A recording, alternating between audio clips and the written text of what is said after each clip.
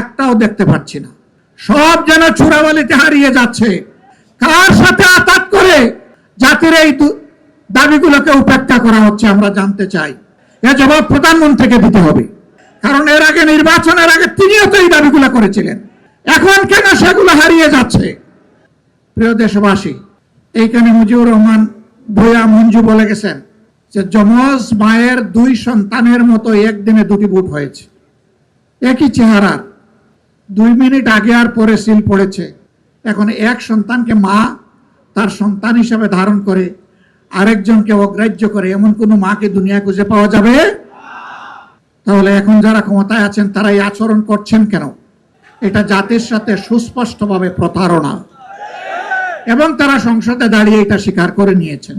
স্বীকার করে নেওয়ার জন্য ধন্যবাদ। মনে রাখবেন, এই স্বীকারোক্তির মাধ্যমে আপনারা প্রতারক হিসাবে জাতির সামনে নিজেদের নাম রেজিস্ট্রেশন করে নিয়েছেন। আপনারা ধোঁকাবাজ। এই জন্য এই সরকারের অনেককে দেখলে এখন জুলাই যোদ্ধারা আওয়াজ তুলে ভুয়া ভুয়া। এটা জাতির জন্য লজ্জার। ফ্যাসিবাদী আমলে আপনারাও মজলুম ছিলেন। ফ্যাসিবাদীরা যে সমস্ত জুলুম করেছে, অপকর্ম করেছে, এই 5 মাসে আপনারা সবগুলার রেপ্লিকা, ফটোকপি আপনারা আমাদেরকে দেখিয়ে দিয়েছেন। ফ্যাসিবাদী আচরণ করবেন আর জনগণ ফ্যাসিবাদী বললে আপনারা আবার রাগ করবেন। একটা রিলস মাঝে মাঝে দেখা যায়, কি রাগ করলেন শোনা। ফ্যাসিবাদী আচরণ ছেড়ে দেন, জনগণ ফুলের মালা দিয়ে আপনাদেরকে বরণ করবে, দেশ গড়ার কাজে সাহায্য করবে।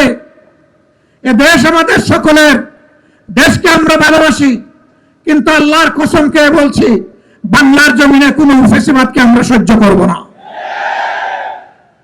আমাদের গণভোটের গণরায় মেনে নেন। 70% মানুষের রায়কে অপমান করবেন না। অপমান করে বাঁচার পথ খুঁজে পাবেন না। জনগণের রায়কে যারাই অপমান করেছে তাদেরকে অপমানজনকভাবে পালাতে হয়েছে। প্রিয় দেশবাসী, এই ব্যাপারে আপোষ করার জন্য প্রতিনিয়ত আমাদেরকে চাপ দেওয়া হচ্ছে, আমাদেরকে লোভ দেখানো হচ্ছে। চ্যানেল বি+, নতুন সূর্যোদয়, নতুন বাংলাদেশ।